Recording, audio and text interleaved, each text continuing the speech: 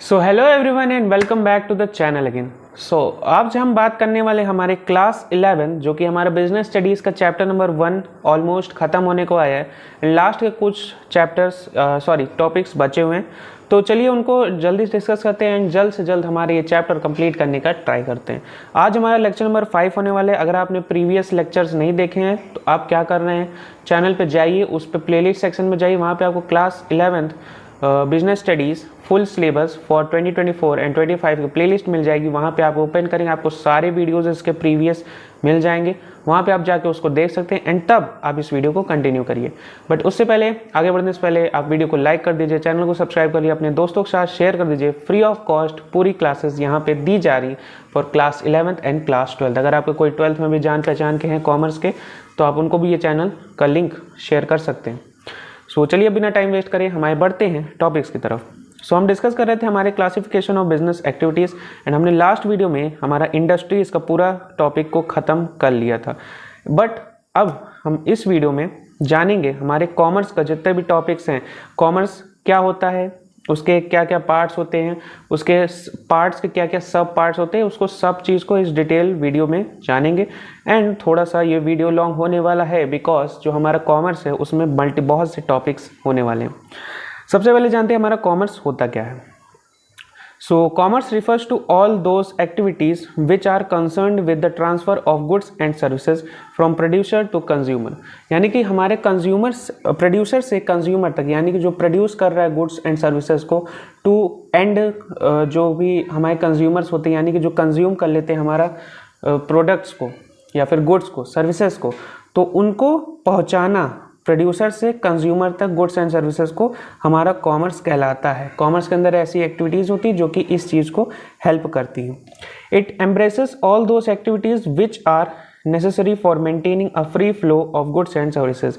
ये इसमें सारी वो एक्टिविटीज़ आती जो कि हेल्प करती हमारे free flow of goods and services का।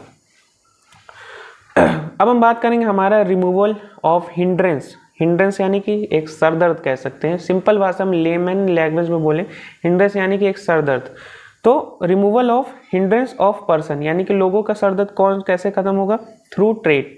Hindrance of place through transportation, यानी कि प्लेस यानी कि मान लीजिए आपको प्रोड्यूसर बेंगलुरु में बैठा है एंड आप उसको एंड गोल कहाँ तक, उत्तर प्रदेश पहुँचाना है, तो प्लेस का हिंड्रेंस हुआ, यानी कि दूरी हुई, ये एक प्रॉब्लम खड़ी हुई।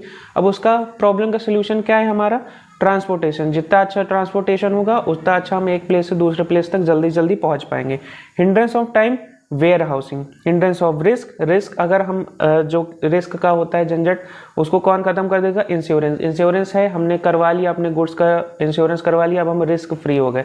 यानी कि अब अगर कोई भी अनफॉर्चुनेटली कोई एक्सीडेंट होता है तो हमारा जो इंश्योरेंस कंपनी है वहाँ हमें क्लेम दे सकती है। Hindrance of finance, banking and finance, हमें लोन वगैरह का जो भी दिक्कत होता है वो हमारे बैंकिंग एंड फाइनेंस से हमें हेल्प मिल जाएगी। Hindrance of information through advertising, यानी कि हमारे गुड्स एंड सर्विसेज को ज़्यादा से ज़्यादा लोगों को इंट्रोड्यूस कैसे करवाएंगे, थ्रू एडवर्टाइजिंग। अब हम थोड़ा सा ऐसे ही इसको डिटेल में जान लेते हैं, जो कि हमने अभी पढ़ा उसी को एक पॉइंट वाइज एक नोट्स के फॉर्म में आप जान लीजिए। Removing of hindrance of person by making goods available to consumer from the producer through trade. Transportation removes hindrance of place by moving goods from place of the production to the market for sale। जो कि मैंने अभी बताया कि मान लीजिए आप Bengaluru and Uttar Pradesh का एग्जांपल लिया, मान लीजिए आपका प्रोड्यूसर बेंगलुरु में बैठा है, जो कंज्यूमर है वो आपका उत्तर प्रदेश में, तो वहाँ पे इतना दूरी कैसे होगा, वहाँ ट्रांसपोर्टेशन वहाँ पे हमारा बहुत ही ज़्यादा मेजर रोल प्ले करता है।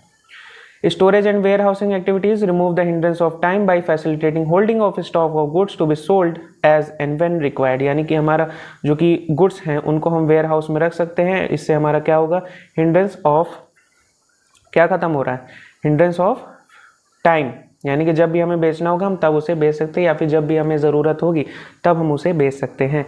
Insurance remove hindrance of risk of loss, यानी कि रिस्क ऑफ लॉस हमारा इंश्योरेंस खत्म कर देता है।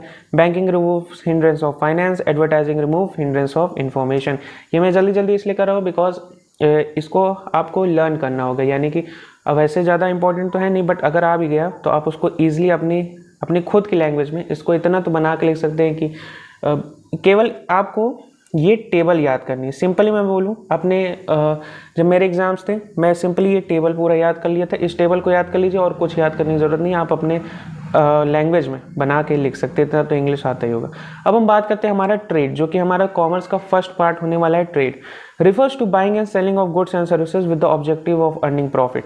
यानी कि जब हम गुड्स एंड सर्विसेज को एक जगह से खरीदा एंड उसे रिसेल कर दिया। Refers to buying and selling of goods and services, हमने गुड्स एंड सर्विसेज को बाई किया, उसको सेल किया। फॉर एग्जांपल, सबसे बढ़िया एग्जांपल है आपके कोई गली मोहल्ले के या फिर आपके जहाँ मार्केट है वहाँ पे आप एक ग्रोसरी स्टोर जनरल स्टोर वाले होंगे भैया, या फिर ऐसी कोई दुकान जहाँ पे चिप्स एंड बिस्किट वगैरह मिलते हैं, तो क्या करते हैं, सप्लाई या फिर होलसेलर से वहाँ से सामान लिया, बाई किया, आपको सेल किया, वहाँ से बाई किया, सेल किया, बाई किया, सेल किया।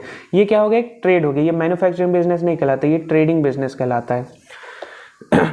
It classified into 2 categories. हमारा जो ट्रेड होता है वो हमारे 2 कैटेगरीज में डिवाइडेड होता है। सबसे पहला होता है हमारा इंटरनल ट्रेड। इंटरनल ट्रेड क्या होता है, takes place within a country. जब हम एक कंट्री के अंदर ही ट्रेड कर रहे हैं तो वह हमारा इंटरनल ट्रेड कहलाता है। Internal trade is classified into 2 categories. Internal trade भी हमारा एक कंट्री के अंदर है, उसको भी हमने 2 कैटेगरीज में बांट दिया है। सबसे पहला है हमारा होलसेल ट्रेड, यानी कि होलसेल ट्रेड, यानी जो कि बल्क क्वांटिटी में जब हम सेल करते हैं तो उसे होलसेल कहते हैं। Refers to buying and selling of goods in large quantities, यानी कि बल्क में करना। A wholesaler buys goods in large quantity from producer and sell them to other dealers. यानी कि होलसेलर क्या करता है, प्रोड्यूसर या फिर मैन्युफैक्चरर से बल्क क्वांटिटी में सामान लिया, उसको रिटेलर्स या फिर कोई होता है कि होलसेलर डायरेक्ट रिटेलर्स को भी देखते हैं, सप्लायर्स को भी करते हैं एंड साथ ही साथ कंज्यूमर्स को भी दे देते हैं।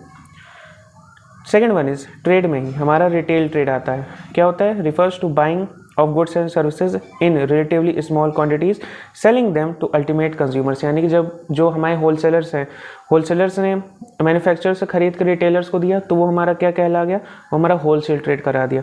अगर वही जो रिटेलर्स को उसने दिया और रिटेलर्स आपको, जैसे मान लीजिए आपके जो भैया है दुकान वाले, उससे आपने बिस्किट लिया तो वो क्या हो गया, एक रिटेल ट्रेड हो गया। बिकॉज वो रिटेलर है, रिटेलर ने आपको डायरेक्ट आप एंड कंज्यूमर है, आपने उसको कंज्यूम कर लिया, वो क्या हो गया, हमारा रिटेल ट्रेड का नाम वो कहेगा। सेकेंड हमारा आता है ट्रेड के अंदर external trade. External trade between 2 and more countries. जब हम कंट्री बाहर जा रहे हैं, दो या दो से ज़्यादा कंट्री उसमें जुड़ गई तो हमारे एक्सटर्नल ट्रेड कहलाएगा।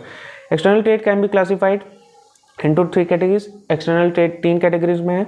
Import trade, if goods are purchase from another country. दूसरी कंट्री से हमने गुड्स लिया, इम्पोर्ट, दूसरी कंट्री को हमने गुड्स बेचा, sold to other country, export.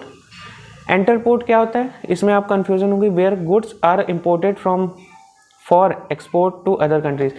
हमने जब दूसरी कंट्री से गुड्स खरीदा, हमारे लिए क्या हुआ, इंपोर्ट हो गया अपने यूज़ के लिए। जब हमने दूसरी कंट्री को डायरेक्ट गुड्स बेचा, हमने मैन्युफैक्चर करा, हमने गुड्स बेच दिया, क्या हो गया, वो एक्सपोर्ट हो गया। जैसे कि हमारे इंडिया में क्या होते हैं, स्पाइसेस जो कि मसाले होते हैं वो बहुत ज़्यादा एक्सपोर्ट होते हैं। हमारे मसाले जो स्पाइसेस होते हैं वो पूरे वर्ल्ड में फेमस हैं। तो हम जो स्पाइसेस यहाँ मैन्युफैक्चर करें, हमने दुनिया को बेचा, मतलब वर्ल्ड में ट्रेड किया, वो क्या हो गया, हमारा एक्सपोर्ट हो गया। अगर वही हमने वर्ल्ड दूसरी चीज़ें जैसे कि हमारी जो बैटरीज होती है वो सब हम बाहर से मंगवाते हैं, बैटरीज के अंदर जो केमिकल होता है वो सब बाहर से मंगवाते हैं, तो वो सब हमारा इंपोर्ट कहलाता है। एंटरपोर्ट क्या होता है, जब हम किसी कंट्री से गुड्स मंगवाएं किसी थर्ड कंट्री को बेचने के लिए, यानी कि हम वहाँ पे एक बीच मीडियोकर का, मतलब एक बीच का काम कर रहे हैं। बस हमने मान लीजिए चाइना से कोई सामान मंगवाया और हमने उसे श्रीलंका को दे दिया। तो जब हम कोई भी चीज़ एक्सपोर्ट करने के लिए किसी दूसरी कंट्री से इंपोर्ट करवाते हैं तो हमारा एंटरपोर्ट करवाता है।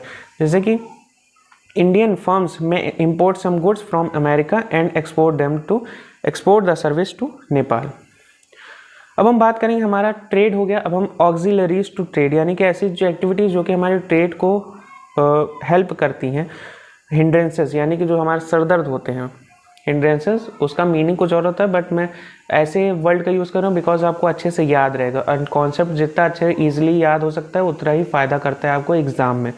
So all those activities which helps in removing various hindrances which arise in connection with production and the distribution of goods are called auxiliaries to trade। ऐसी activities जो कि हमारे जितनी भी problems होती हैं उन सबको हटा देता है, किसमें, production and distribution of goods and services को, उसको हम ऑक्सिलरीज टू ट्रेड कहते हैं। इसमें क्या क्या होते हैं ज़्यादा डिटेल में नहीं जानेंगे बिकॉज ये आपको खुद पढ़ना होगा। Transport and communication. Transport and communication कैसे होता है? ट्रांसपोर्ट क्या होता है कि हमारा जो दूरी है उसको जल्दी तय करने में, हमारी जो चीज़ें हैं वो ज़्यादा एक प्लेस से दूसरी प्लेस जाने में वो हेल्प करता है ट्रांसपोर्टेशन। कम्युनिकेशन क्या करेगा कि हाँ भाई हमने यहाँ से सामान भेज दिया, आप वहाँ जाके ले सकते हो, या फिर आपको ऑर्डर लगाना है आपके होलसेलर के पास या फिर मैन्युफैक्चरर के पास, तो आप एक कॉल करोगे, हाँ भाई मुझे इतना सामान चाहिए, मुझे भिजवा दो। ट्रांसपोर्टेशन से आपका सामान आया, कम्युनिकेशन से आपने ऑर्डर दे दिया। तो ये एक ऑक्सिलरी टू ट्रेड हो गया। Second one is banking and finance. मान लीजिए आपको बल्क में कुछ क्वांटिटी चाहिए थी, आपके पास 100 पीसेस का कुछ, मान लीजिए आप फ़ोन मैन्युफैक्चर असेंबल करते, मैन्युफैक्चर नहीं असेंबल करते, आपके पास 100 फ़ोन का ऑर्डर आ गया किसी कंपनी से कि हमें बल्क में क्वांटिटी चाहिए 100, लेकिन आपकी कैपेसिटी केवल 20 की थी। लेकिन आपने सोचा कि अगर मुझे लोन मिल जाए कहीं से तो मैं 100 बना सकता हूँ, मैन्युफैक्चरर या फिर जो भी रिटेलर्स हैं उनसे मैं लेके असेंबल कर लूँगा। आप क्या गए, बैंक के पास गए, आपको फंड मिला, तो वो क्या हो गया, आपका एक तरह से ऑक्सिलरी टू ट्रेड हो गया। आपको फंड मिला, आपने कैपेसिटी बढ़ा ली, एंड अब आप जो हमारा 100 फ़ोन्स का जो ऑर्डर था उसको पूरा आप कर सकते हो। इंश्योरेंस आपका जो रिस्क है उसको, बर्डन को कम कर देता है।